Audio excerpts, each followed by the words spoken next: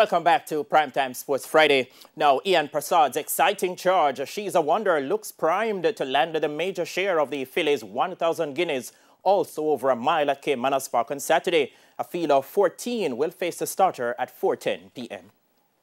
Winterbook favourite for the 1,000 guineas, She's a Wonder headlines the lineup for the first Fillies Classic, with Secret Identity and a Sensational Ending, and possibly Amy the Butcher being her biggest dangers. She's a Wonder, the 7-5 anti-post favourite who is unbeaten in 3 races this year, comes into the contest with the biggest credentials.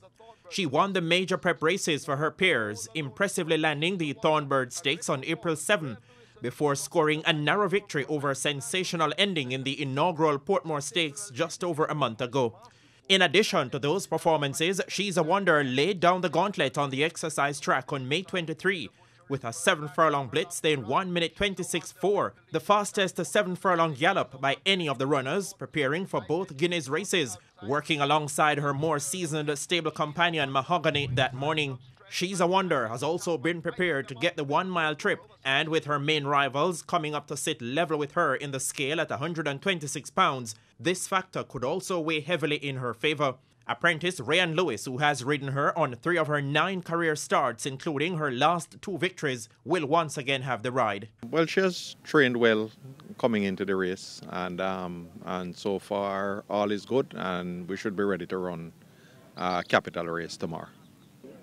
I don't think she really has a problem with a mile. Clearly, it depends how the race is run and you know where she is in the race and how she's positioned. But she showed from last year in the 2-year-old stakes that a mile should not be a problem for her. So I don't think the distance is an issue.